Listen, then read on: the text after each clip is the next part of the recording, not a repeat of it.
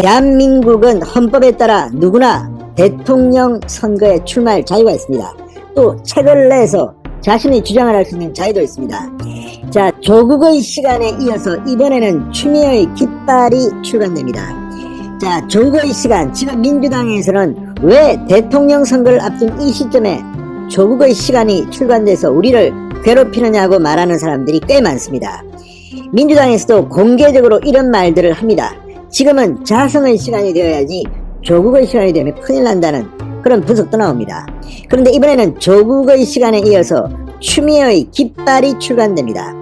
자, 추미애 전 장관이 페이스북에 다음 달 1일 출간될 자신의 대담집 추미애의 깃발 우리 함께 손잡고 이 표지를 공개했습니다.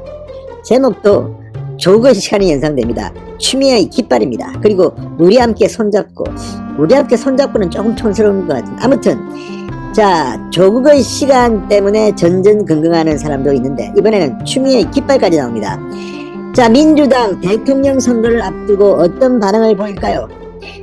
자, 지금 이런 말씀드리면 좀 그렇지만 추미애가 나온다는 데 대해서 유인태 전 청와대 정무수석 같은 사람들은 거의 노골적으로 비판합니다. 추미애의 지지율, 이게 오히려 민주당의 아킬레스건이라는 겁니다. 자, 지금 추미애야말로 윤석열의 오늘의 압도적인 1위 대통령 후보로 만든 공신이라는 말을 하는 사람들이 많습니다. 그런데 그 추미애가 나오면서 지금 윤석열을 더 키워주는 것 아니냐, 윤석열이 빛을 더 바라게 하도록 빛을 쏘아준다는 비판을 합니다. 그런데 이제 책까지 나옵니다. 그리고 그 책 내용도 상당히 놀랄만한 것들이 담기고 있습니다. 자, 민주당 내년 3월 9일 대통령 선거 망했습니다. 신성호의 융단 폭격 시작합니다. 추미애 전 법무부 장관을 융단 폭격합니다. 방송에 앞서 아직 진성호 방송에 구독자가 아니신 분들은 붉은색 구독 버튼 눌러주십시오. 더 좋은 방송으로 보답하겠습니다. 자, 지금 언론 기사 제목에 그런 것들이 나옵니다. 추미애, 홍준표를 예를 들면서 민주당은 추미애의 출마가 부담스럽고 이 보수진영에서는 홍준표의 복당이 부담스럽고 뭐 이런 취지의 기사들이 나옵니다. 왜 그럴까요? 둘 다 강성입니다. 그리고 뭐 지금 노골적으로 초선들 또 뭐 김재원 최고위원 등등은 비판합니다. 총기 난사해서 지금 아군들을 어떻게 할 수 있다는 겁니다. 추미애 역시 마찬가지입니다. 추미애가 등장하면 윤석열이 삐틀 바랍니다. 자, 과거에도 추미애 전 장관 유인태 전 수의 말에 따르면 사실상 윤석열에게 완패하고 문재인 대통령에 의해서 쫓겨난 사람인데 그렇게 보이는데 지금 출마를 하겠다, 자숙해도 모자랄 판에 이런 말을 하는 민주당 쪽 사람들이 꽤 많습니다. 그런데 이제 책을 낸다고 하니까 지금 민주당 이재명 지사나 이낙연 전 대표 상당히 부담스럽겠습니다. 공개적으로 추미애를 비판하면 또 친문, 친조국, 강성 지지자들이 반발할까봐 말은 못하겠지만 속으로는 부글부글 끓을지도 모릅니다. 점점 더 민주당 지지자들 중도층은 떨어져 나갈 것으로 보입니다. 가뜩이나 이번에 박범계 장관이 또 말도 안 되는 편파적인 친정권 인사를 해서 무리를 빚고 있는데 다시 추미애를 연상시키는데 추미애가 다음 달 1일날 책을 낸답니다. 제목도 추미애의 깃발입니다. 자, 이 조국 전 장관 회고록 조국의 시간을 펴낸 항진사에서 낸답니다. 조국 백서의 저자이기도 한 김민웅 경희대 미래문명원 교수와의 대담을 엮은 책이라고 합니다.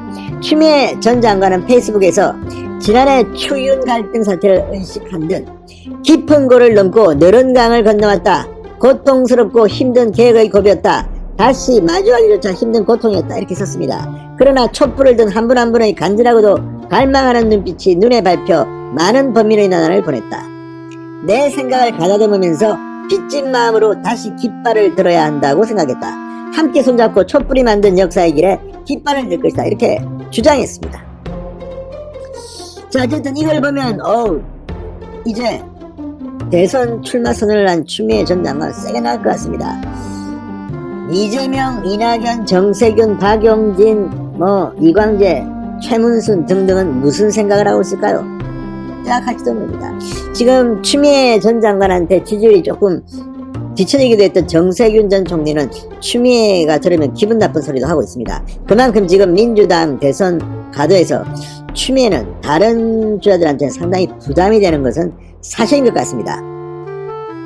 자, 교보문고 책 소개란에는 대구의 세탁소집 둘째 딸이 전북 정읍의 장애인 남편을 만나 호남의 며느리가 됨으로써 지역차별주의를 극복한다. 강단 있는 여성 판사로서 DJ를 만나 정치에 입문하는 과정과 여성 최초 5선 국회의원, 당대표를 거쳐 법무부 장관에 이르기까지 현대 정치사에서 빠질 수 없는 장면이 한 편의 드라마처럼 펼쳐진다고 되어 있습니다. 잘 썼네요. 아주 웃음이 좀 나옵니다. 아무튼 자, 이런 추미애의 대담집입니다. 책 소개에 따르면 추미애 전 장관은 법무부 장관으로 지낸 1년 1개월은 숙명의 시간이었다. 예상했던 대로 계획을 결사적으로 저지하기 위해 사방에서 으르렁대며 쏘아대는 화살이 날아왔다. 맨몸으로 비수 같은 화살을 맞아야 했다. 이렇게 주장했습니다. 참으로 좀 웃긴다는 생각이 듭니다.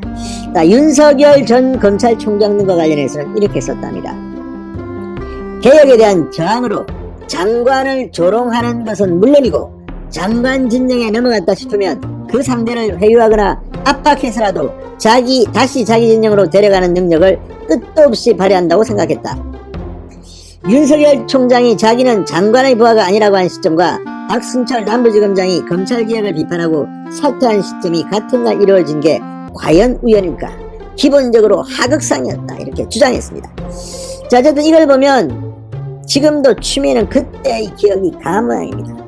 장관을 조롱하는 것은 물론이고 장관 진영에 넘어갔다 싶으면 그 상대를 회유하거나 압박해서라도 다시 자기 진영으로 데려가는 능력. 자, 근데 추미애 전 장관이 한 일이 뭐죠?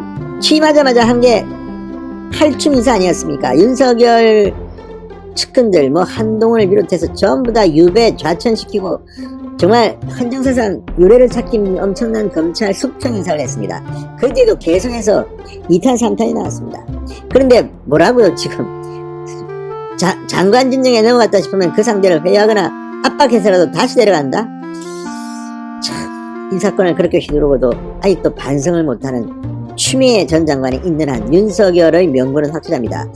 자, 7월 1일날 이 책이 나온다고 하는데 지금 예고를 막 하고 있습니다. 홍보를 하고 있습니다. 6월 29일날 6.29 선언을 합니다. 묘하게도 날짜를 그렇게 잡았습니다. 우연인 것 같긴 합니다. 6.29를 의식한 것 같지 않은데 민주화 선언인 6.29 그날 윤석열이 서초구 양재동 윤봉길 의사 기념관에서 정치 참여 선언을 합니다.